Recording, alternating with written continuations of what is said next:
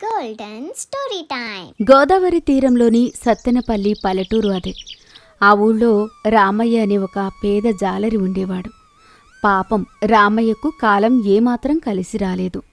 మిగతా జాలర్ల వలల్లో పెద్ద పెద్ద పులసలు కొరమీనులు పడుతుంటే రామయ్య వలవేసిన ప్రతిసారి చేపలకు బదులు పాకురు పట్టిన కుండలు, విరిగిపోయిన పడవ చెక్కలు, పాత వస్తువులే పడేవి. ఆ దరిద్రం చూసి అతని భార్య గౌరీకి ఎక్కడలేని కోపం వచ్చేది. ఉదయం నుంచి నది ఒడ్డున వల పట్టుకుని రామయ్య కష్టపడుతున్నాడు.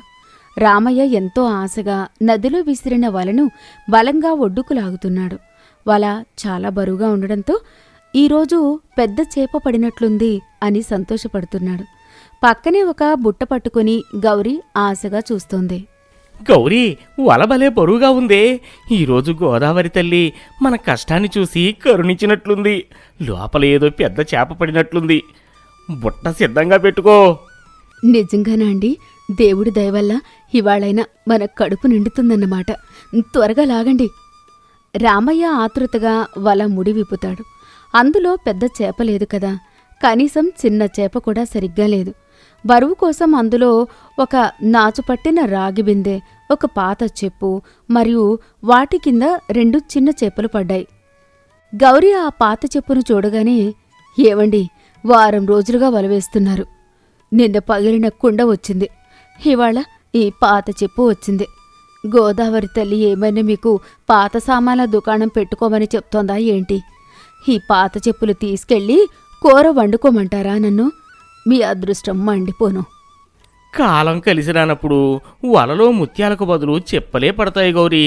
నా అదృష్టం బాగాలేదు, కానీ గోదావరి తల్లి ఏనాడు పస్తులుంచదు.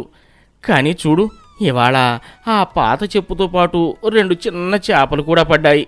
పద, వీటితోనే ఇవాళ గుమగుమలాడే చేపల పులుసు వండు. నువ్వు చాలా బాగా వండుతావు. గౌరీ ఆ చిన్న చేపలను బుట్టలో వేసుకుని, సరే రండి, ఈ 2 చేపలతోనే అద్భుతం చేయాలిప్పుడు. ఇద్దరూ నది ఒడ్డున కట్టేసి ఉన్న తమ పాత పడవ పక్క నుంచి నడుచుకుంటూ పూరి గుడిసెకు చేరుకుంటారు. మధ్యాహ్నమైంది. గౌరీ మట్టి దాకలో ఆ 2 చిన్న చేపలను వేసి చింతపండు పులుసు దట్టించి పచ్చిమిర్చి మసాలాలు నూరి పాతకాలపు పద్ధతిలో పొయ్యి మీద వంట చేయడం మొదలుపెట్టింది. ఆమె చేతివాటం అలాంటిది. ఆ చిన్న చేపల కూర వాసన అప్పుడే గుడిసె దాటి నది ఒడ్డు దాకా గుబాళించింది. గౌరీ కూరలో గరిటె తిప్పుతోంది. ఆ వాసనకు మంత్రం వేసినట్లుగా రామయ్య స్నేహితుడు సూరిబాబు ముక్కు పీల్చుకుంటూ అక్కడికి వస్తాడు. అబ్బా బావా, రామయ్య బావా, ఏమిటయ్యా ఈ వాసన? ఆ చేపల పులుసు వాసనకి గోదావరిలో ఉన్న చేపలన్నీ వాటంతటా అవే ఒడ్డుకు వచ్చేలా ఉన్నాయే. చెల్లెమ్మ చేతవాటం అదుర్సు బావా. సూరిబాబు, నా అదృష్టం కొద్దీ దొరికిన 2 చిన్న చేపలతో గౌరీ పులిసి పెడుతోంది. ఆకలి దంచేస్తుంది కదా, నువ్వు కూడా కూర్చో, ఈ ఇద్దరం ఆకుల్లో పంచుకుని తిందాం. రామయ్య బావా, నీ చేతుల్లో ఇంత మాయ పెట్టుకుని ఎందుకయ్యా వల పట్టుకుని ఎండలో వేలాడతారు? చెల్లెమ్మ వండిన ఈ చేపల పులుసు రుచి చూస్తే ఊర్లో జనాలు క్యూ కడతారు. పాత పడవ మీదే ఒక చిన్న హోటల్ పెట్టొచ్చు కదా. పడవ మీద హోటలా? అదెలా సాధ్యమన్నయ్యా? ఎందుకు సాధ్యం కాదు వదినా? పడవంటే ఏదో పెద్ద హోటల్ కట్టక్కర్లేదు. నది ఒడ్డున మన పాత పడవను శుభ్రం చేసి దాని మీద ఒక చిన్న పందిరి వేద్దాం. అందులోనే కట్టెల పొయ్యి పెట్టుకొని మీరు వంట చేయొచ్చు. ఇక్కడ నది దగ్గరికి చేపలు కొనడానికి, పడవలు ఎక్కడానికి వచ్చిన వాళ్ళు బాగా ఇష్టపడి తింటారు. హోటల్ని పడవలో పెట్టడం వలన చాలా కొత్తగా ఉంటుంది. పైగా మా చెల్లెమ్మ చేపల పులుసుతో అదరగొడుతుంది. మీ కష్టాలన్నీ తీరిపోతాయి. ఆలోచించండి. సూరిబాబు చెప్పిన మాటలు రామయ్యకు గౌరీకి చాలా బాగా నచ్చాయి. పేదరికంలో మగ్గిపోతున్న వాళ్ల పాలిట ఆ ఆలోచన ఒక వెలుగురేఖలా కనిపించింది. అన్నయ్య అన్నది నిజమేనండి. మన పడవ పైన వచ్చే జనాలకి కుండలో చల్లటి మజ్జిగ ఇచ్చి నా చేతి చేపల పులుసుతో వేడివేడి అన్నం పెడితే మన కష్టాలన్నీ తీరిపోతాయి. మన రాత మార్చుకోవడానికి దేవుడు చూపించిన దారి ఇది. రేపట్నుంచే పడవను సిద్ధం చేద్దాం. అంతేనంటావా గౌరీ? అయితే జై గోదారమ్మ తల్లి, రేపటి నుంచే మన పడవ హోటల్ మొదలు. మరుసటి రోజు ఉదయాన్నే రామయ్య సూరిబాబు కలిసి నది ఒడ్డున కట్టేసి ఉన్న తమ పాత పడవను శుభ్రంగా కడిగారు. పడవపైన ఎండ తగలకుండా అరటి ఆకులతో ఒక అందమైన పందిరి వేశారు. పడవ ఒక మూలన మట్టి పొయ్యిలు ఏర్పాటు చేశారు. కూర్చోవడానికి చిన్న చెక్క బల్లలు వేశారు. గౌరీ ఇంట్లో ఉన్న గిన్నెలు, మట్టి కుండలు అన్నీ పడవ మీదకు మార్చింది. గోదావరి పడవ హోటల్ అంటూ ఒక చిన్న బోర్డు రాసి పెట్టారు. పడవ నీళ్లలో తేలుతూ ఒడ్డుకు గట్టిగా ఒక తాడుతో కట్టబడి ఉంది. గౌరీ పడవ మీదే కట్టెల పొయ్యి వెలిగించి వేడివేడి అన్నం, చేపల పులుసు వండుతోంది.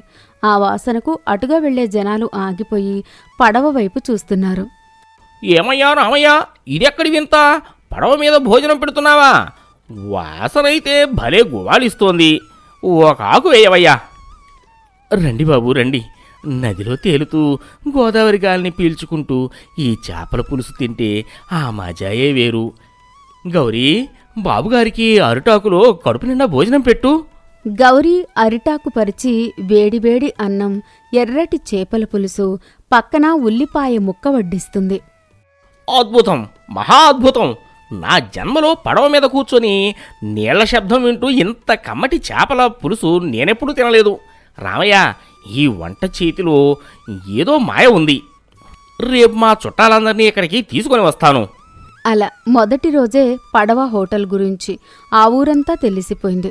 గౌరీ చేతి వంట రుచికి, పడవ మీద కూర్చుని తినే వినూత్నమైన అనుభవానికి జనాలు ఫిదా అయిపోయారు.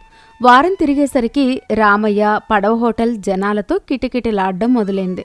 రామయ్య, గౌరీల కష్టాలు తీరిపోయాయి. చేతిలో 4 డబ్బులు ఆడ్డం మొదలైంది.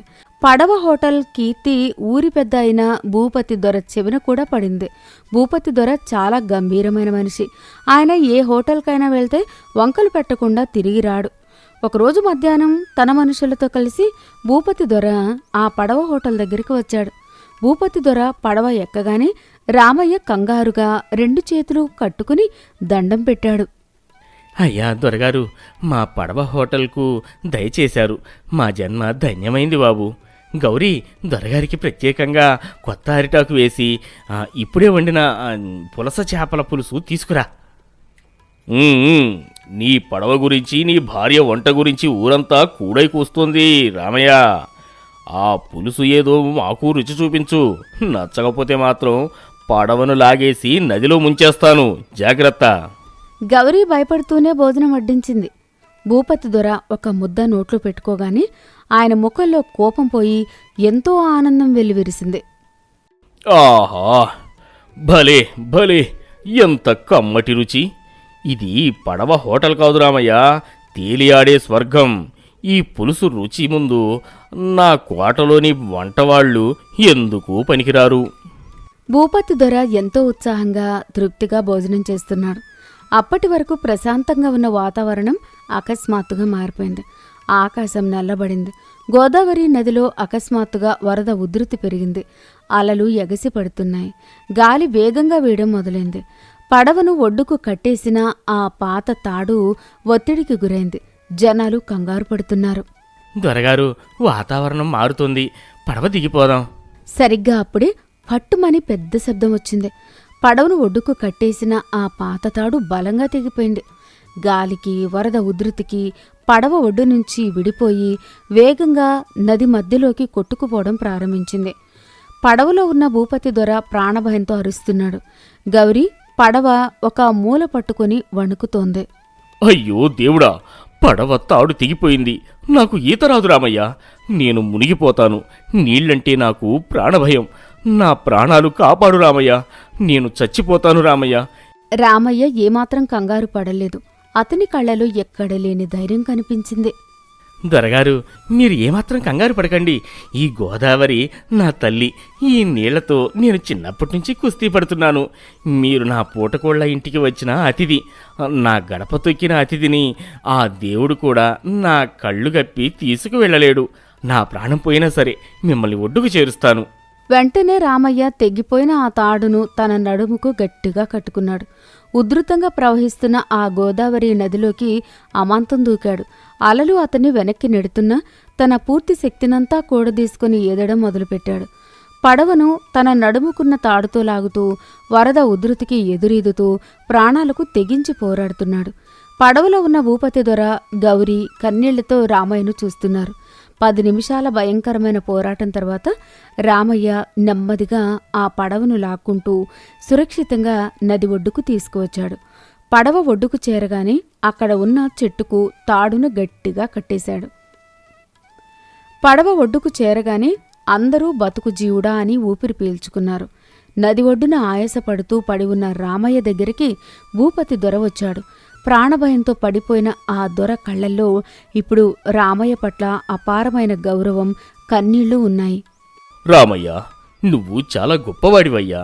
నీ ప్రాణాలను పణంగా పెట్టి నాకు పునర్జన్మన ఇచ్చావు, నన్ను కాపాడావు. అయ్యో దొరగారు, నేను చేసింది నా ధర్మం బాబు. ఇది ధర్మం కాదు రామయ్య, దైవత్వం. ఈ రోజు నుంచి ఈ భూపతి దొర నీకు అండగా ఉంటాడు. నీ పడవ ఎప్పటికీ కొట్టుకుపోకుండా ఉండడానికి ఎంత వరదనైనా తట్టుకునే ఇనుప గొలుసును నీ పూటకొళ్ల హోటల్కు, వానకు, ఎండకు చెక్కు చెదరని పెద్ద పందిరి నేనే నా సొంత ఖర్చులతో దగ్గరుండి వేయిస్తాను. నీ రుణం నేను తీర్చుకోలేనిది. గౌరీ కన్నీళ్లు తుడుచుకుంటూ గర్వంగా తన భర్త వైపు చూసింది. చేపలు పట్టడం అదృష్టం మీద ఆధారపడి ఉంటుంది దొరగారు. కానీ ఇలాంటి ఆపదలు ప్రాణాలు నిలబెట్టడం కేవలం మన నిజాయితీ, కష్టం మీదే ఆధారపడి ఉంటుంది. కానీ కష్టాన్ని నమ్ముకుంటే అది ఎప్పటికీ మనల్ని ఒడ్డునే నిలబెడుతుంది బాబు. రామయ్య చెప్పిన ఆ గొప్ప మాటకు భూపతి దొర మనసారా దండం పెట్టాడు. మరుసటి రోజు దొరగారు చెప్పినట్లుగానే పడవకు పెద్ద ఇనుప గొలుసు, హోటల్కు ఒక అద్భుతమైన పందిరి కట్టించారు. రామయ్య ధైర్యం, గౌరీ వంట రుచి చూసి ఆ పడవ హోటల్ ఎప్పుడూ జనాలతో కిటకిటలాడుతూనే ఉండేది. తమ కష్టాన్ని నమ్ముకున్న ఆ దంపతులు పేదరికం నుంచి బయటపడి ఎంతో ఆనందంగా జీవించారు. కొండాపురం అనే పల్లెటూరు పచ్చని పొలాలతో కళకళలాడుతూ ఉండేది. ఆ ఊరి చివర ఒక చిన్న పూరి గుడిసెలో రంగయ్య, సీతమ్మ దంపతులు ఉండేవారు. రంగయ్య కల్మషం లేని మనిషి. సీతమ్మ భర్త మాటే వేదంగా బ్రతికే ఇల్లాలు. వీరికి ఒక కొడుకు రాము, కోడలు లక్ష్మి ఉన్నారు. రంగయ్య తనకున్నదంతా దారపోసి కొడుకు పెళ్లి చేశాడు. కాని పెళ్లైన కొద్ది రోజులకే కోడలు లక్ష్మి మాట విని రాము ఆస్తి పంపకాలు కావాలని గొడవకు దిగాడు. ఆ రోజు ఇంటి ఆరుబయట పెద్ద గొడవే జరిగింది. ఒరే రాము, ఉన్నది 2 ఎకరాల పొలం, ఇప్పుడు పంపకాలు అంటే ఎలారా? మమ్మల్ని ఇలా వదిలేస్తే మేము ఎలా బతుకుతాము? నాకు ఆ ఊరి పక్కన ఉన్న సారవంతమైన పొలం కావాలి. మీరు ఆ అడవి పక్కన ఉన్న రాళ్ళు రప్పలున్న పొలం చేసుకుని జీవించండి, మీకు అదే ఎక్కువ. అన్యాయం చెయ్యకురా. ఆ రాళ్ల నేలలో ఏం పండుతుంది? నాకనవసరం, మీకు బతకాలనుంటే కష్టపడండి. అలా రాము మంచి పొలం తీసుకుని తల్లిదండ్రులను కాదని వేరే కాపురం పెట్టాడు. రంగయ్యకు మిగిలింది రాళ్ళు రప్పలతో నిండిన ఆ ఎకరం నేల మాత్రమే. ముసలివాళ్లైన రంగయ్య, సీతమ్మలను అనాథల్లా వదిలేశాడు. ఆ రోజు ఉదయం 9 గంటల సమయం. రంగయ్య ఆ పొలంలో నాగలితో దున్నుతున్నాడు. ఎండ నెత్తిమీదకొస్తోంది. రంగయ్య ఎడ్లని అదిలిస్తూ నాగలిని గట్టిగా నొక్కిపట్టి దున్నుతున్నాడు. సీతమ్మ రాళ్లను ఏరి పక్కన వేస్తోంది. అటుగా వెళ్తున్న గ్రామస్థుడు సోములు ఆగి పలకరించాడు. ఏం రంగయ్య, మండుటెండలో ఈ రాళ్ల గుట్టలో ఎంతని కష్టపడతావు? ఆ భూషయ్యగాడు నీ అమాయకత్వాన్ని ఆసరాగా చేసుకుని ఈ పనికిరాని భూమిని నీకు అంటగట్టిని నీలునా మోసం చేశాడు. భూమి తల్లి ఎప్పుడూ మోసం చెయ్యదు సోములు. మనం నమ్ముకుంటే అదే అన్నం పెడుతుంది. నీ నమ్మకం తగలయ్యా. ఆ భూషయ్యే మోసం చేశాడంటే నీ కడుపులో పుట్టిన కొడుకు కూడా నిన్ను మోసం చేశాడు కదయ్యా. వాడు మంచి పచ్చని పొలం లాక్కుని నిన్ను ఈ రాళ్లలోకి నెట్టేశాడు. నీ బతుకు ఇలా రాళ్లపాలైంది. అలా అనుకు సోములు. వాడు నా కొడుకు. వాడు ఎక్కడున్నా బాగుంటే చాలు. ఏదో ఒకరోజు ఈ రాళ్లే మా పాలిట రత్నాలవుతాయి. ఆ దేవుడి మీద భారం వేశాం. సోములు రంగయ్య వెర్రితనానికి జాలిపడుతూ వెళ్ళిపోయాడు. సీతమ్మ కన్నీళ్లు తుడుచుకుంటూ చద్ది అన్నం మూట విప్పింది. ఏమండి, సోములు అన్నది నిజమే కదా. మన రాత బాగోలేదు. రండి, పొద్దు నెత్తికెక్కింది. ఆ ఎడ్లని కాసేపు ఆపి ఈ చద్ది ముద్దలు తినండి. వస్తున్నా సీతమ్మ. 7 వానలు బాగా పడ్డాయి. నేల వెన్నపూసలా మెత్తబడింది. ఈ మూల కాస్త గట్టిగా ఉంది. ఇది దున్నేస్తే పని అయిపోతుంది. మీరు మరీను శరీరాన్ని ఇలా కరిగించుకుంటే ఎలా? కొడుకు ఉండి కూడా ఈ వయసులో ఈ కష్టం మనకు తప్పలేదు. ఇదిగో వస్తున్నా. మన రాత ఇంతేలే సీతమ్మా. ఏంటిది? ఏదో పెద్ద రాయి తగిలినట్టుంది. నాగిలి మొన విరిగిపోతే మళ్ళీ కమ్మరి దగ్గరికి పరిగెత్తాలి. రంగయ్య వంగి చేత్తో మట్టిని తవ్వడం మొదలుపెట్టాడు. కాని అది రాయిలా లేదు, ఏదో లోహంలా మట్టి పాత్రలా తగులుతోంది. ఇంకొంచెం తవ్వగా ఒక పాతకాలపు ఇత్తడి కుండ కనిపించింది. రంగయ్య గుండె దడదడలాడింది. వణుకుతున్న చేతులతో కుండ మూత తీసి చూశాడు. మధ్యాహ్నపు ఎండలో ఆ కుండ లోపల ఉన్న వస్తువులు తళతళ మెరిశాయి. అవి బంగారు నాణాలు. సీతమ్మా, ఇటు రావే, త్వరగా రా.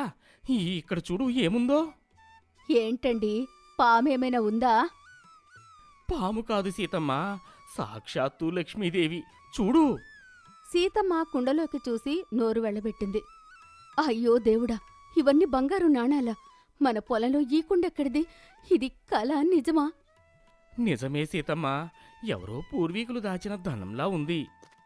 రంగయ్య ఆ కుండను భుజాన పెట్టుకుని ఎవరికీ తెలియకుండా ఇంటికి తీసుకొచ్చాడు. గుడిసెలో దీపం వెలుతురులో ఆ నాణాలను చూస్తుంటే ఆ ఇల్లు మొత్తం బంగారు కాంతులతో నిండిపోయింది. ఏవండి, మన కష్టాలు తీరిపోయాయి. ఆ దేవుడే మనల్ని కరుణించి ఈ నిధినిచ్చాడు. ఇక మనం ఈ పూరి గుడిసెలో వానికి తడవక్కర్లేదు. మంచి పెంకుటిల్లు కట్టుకుందాం. ఇది చూసైనా మన కొడుకు రాము, కోడలు మళ్ళీ మన దగ్గరికి వస్తారేమో. రంగయ్య మౌనంగా ఆలోచిస్తున్నాడు. అతని ముఖంలో సంతోషం కంటే ఏదో తెలియని బరువు కనిపిస్తోంది. సీతమ్మా, ఆగు. ఏంటండి? ఇది మనం కష్టపడి సంపాదించిన డబ్బు కాదు. ఈ పొలం మనం 10 ఏళ్ల క్రితం ఆ జమీందారు భూషయ్య గారి దగ్గర కొన్నాం. అప్పుడు ఆయనకు డబ్బు అవసరమై పొలం అమ్మేశాడు. బహుశా ఇది వాళ్ళ తాత ముత్తాతలు దాచిన ధనమై ఉంటుంది.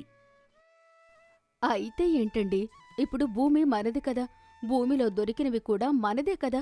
కొడుకు వదిలేశాడు, మనకు దిక్కు లేదు అనుకున్నాం. ఇప్పుడు దేవుడే దిక్కయ్యాడు కదా.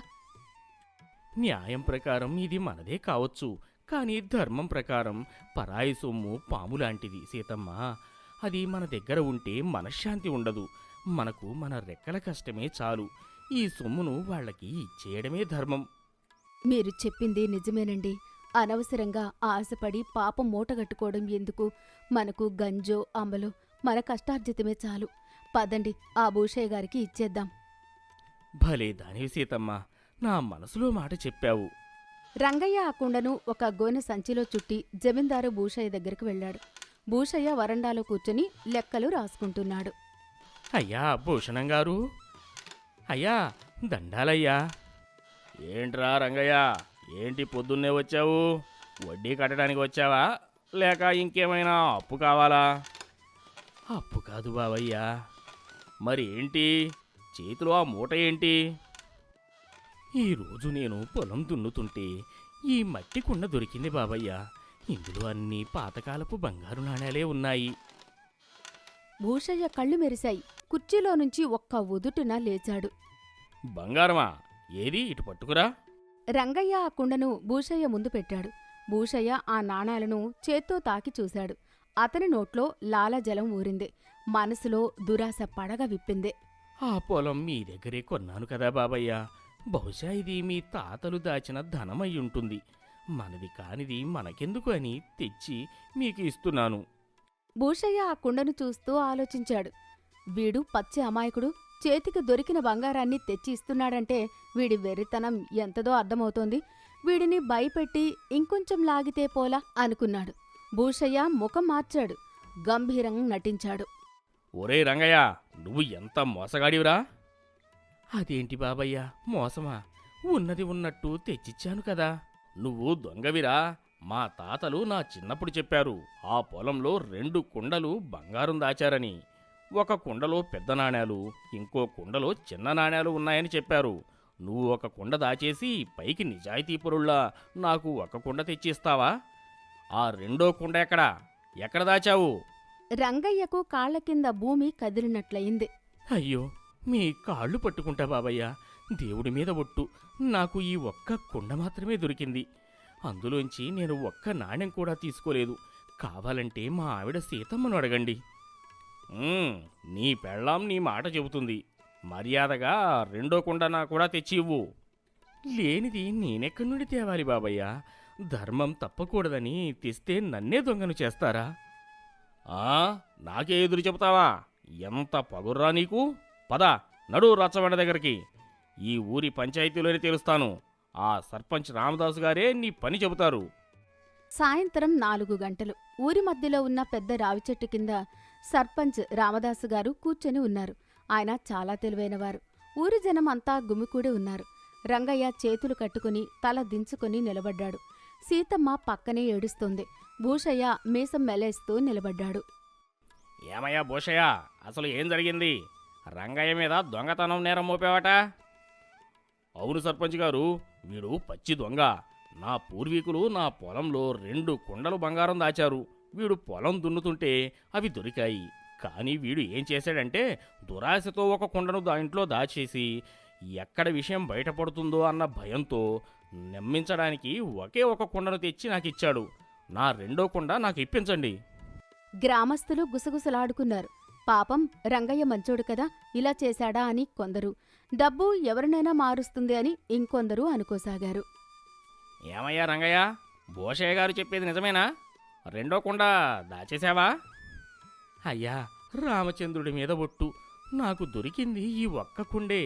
దాన్ని తెరిచి చూసిన వెంటనే నా భార్యతో మాట్లాడి ఇది మనది కాదు పాపమని వెంటనే తెచ్చి భూషయ్య గారికి ఇచ్చాను. నేను ఒక్క పైసా కూడా ఆశించలేదు. నన్ను నమ్మండి. ధర్మప్రభువులు మీరు. మాకు అబద్ధమాడే అలవాటు లేదు. కావాలంటే మా గుడిసె మొత్తం వెతకండి.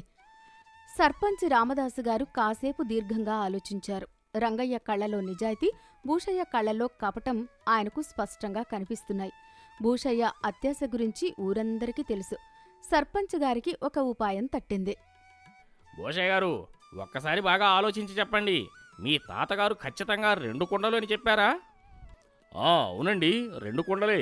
ఇందులో అనుమానం లేదు. కవల పిల్లలాగా 2 కుండలు పక్కపక్కనే పెట్టారట. అయితే ఆ కుండల్లో ఏమున్నాయో కూడా చెప్పారా? చెప్పారు. రెండింటిలోనూ నిండా బంగారు నాణేలు ఉన్నాయి. సరే, ఇప్పుడు రంగయ్య తెచ్చిన కుండను తెప్పించండి. బంట్రోతో ఆ కుండను తెచ్చి సర్పంచ్ ముందు పెట్టాడు. గ్రామస్తులారా వినండి. భూషయ్య గారి మాటల ప్రకారం వారి తాతగారు దాచిన నిధిలో 2 కుండలు ఉన్నాయి. కానీ రంగయ్యకు దొరికింది ఒకే కుండ. రంగయ్య నిజాయితీపరుడు అని మనందరికీ తెలుసు. అతను అబద్ధం ఆడడు. అదేనండి నేను చెప్పేది. వాడు రెండోది దాచేశాడు. ఆగు భూషయ్య, తొందరపడకు. నా తీర్పు ఇంకా పూర్తి కాలేదు. భూషయ్య గారు, మీ తాతగారు దాచింది 2 కుండలు, కానీ ఇక్కడ దొరికింది ఒకటే కుండ. అంటే దీని అర్థం ఏంటి? ఈ కుండ మీ తాతగారు దాచింది కాదు. ఎందుకంటే మీవి 2 కుండలు ఉండాలి కదా. ఇది ఎవరో పాపం ఒకే కుండను దాచుకున్న వేరే అజ్ఞాత వ్యక్తి అయి ఉండొచ్చు. అయ్యో, అదెలా కుదురుతుంది? అది నాదే. ఎలా కుదురుతుంది? నీవు 2 కుండలు కదా. రంగయ్యకు దొరికిన ఈ ఒక్క కుండ నీది అని నువ్వు ఒప్పుకుంటే నువ్వు ఇందాక చెప్పిన 2 కుండల కథ అబద్ధం అని ఒప్పుకున్నట్టే. ఒకవేళ నీది 2 కుండల కథే నిజమైతే ఈ ఒక్క కుండ నీది కాదు. నీ 2 కుండలు ఇంకా ఈ పొలంలోనే ఎక్కడో ఉండి ఉంటాయి. నువ్వే వెళ్ళి వెతుక్కో. భూషయ్యకు నోట మాట రాలేదు. తన గొయ్యి తనే తవ్వుకున్నాను అని అర్థమైంది. అది నాదే అని ఒప్పుకుంటే అబద్ధమాడినట్టు బయటపడతాడు. కాదు అంటే ఉన్న బంగారం పోతుంది. ఈ కుండ భూషయ్య గారి తాతల నాటి 2 కుండల సెట్టులోనిది కాదు కాబట్టి ఇది భూషయ్య గారిది కాదు. ఇది ఎవరో అజ్ఞాత వ్యక్తిది. అది ఇప్పుడు ఎవరికీ చెందదు కాబట్టి ఈ భూమిని కొనుక్కుని అందులో కష్టపడి దున్నుతున్న రైతు రంగయ్యకే ఇది చెందడం ధర్మం. గ్రామ పెద్దగా నేను ఈ కుండను రంగయ్యకే బహుమతిగా ఇస్తున్నాను. అత్యాశకు పోయి ఉన్నది కూడా పోగొట్టుకున్న భూషయ్య అవమానంతో తల దించుకుని జనాల ఎగతాళి చూపుల మధ్య ఇంటికి వెళ్ళిపోయాడు. అయ్యా, మీరు మా పాలిట దేవుడయ్యా. నిజాయితీకి ఎప్పుడైనా న్యాయం జరుగుతుందని నిరూపించారు. రంగయ్య, ఇది నీ నిజాయితీకి దక్కిన ఫలితం. ఆ రోజు నువ్వు ఆశపడకుండా తిరిగి ఇవ్వడానికి వెళ్ళావు చూడు, ఆ గుణమే ఈరోజు ఈ ధనాన్ని నీ సొంతం చేసింది. చూశారా అండి, మనం ధర్మంగా ఉంటే దేవుడే ఈ రూపంలో మనకు ఆశీర్వాదమిచ్చాడు. పరాయి సొమ్ము పాము అనుకున్నాం, కాని అది మన రాతనే మార్చే వరమైంది. రంగయ్య ఆ బంగారు నాణాలతో ఊర్లో కొంత భూమి కొనుక్కున్నాడు. పక్కా ఇల్లు కట్టుకున్నాడు. రంగయ్య ఆ ఆస్తిని తన స్వార్థానికి వాడుకోకుండా ఊర్లో కష్టాల్లో ఉన్న 10 మందికి సాయం చేస్తూ సంతోషంగా జీవించాడు. భూషయ్య మాత్రం తన అత్యాశ వల్ల చేతికి వచ్చిన లక్ష్మీదేవిని పోగొట్టుకున్నానని జీవితకాలం బాధపడుతూనే ఉన్నాడు.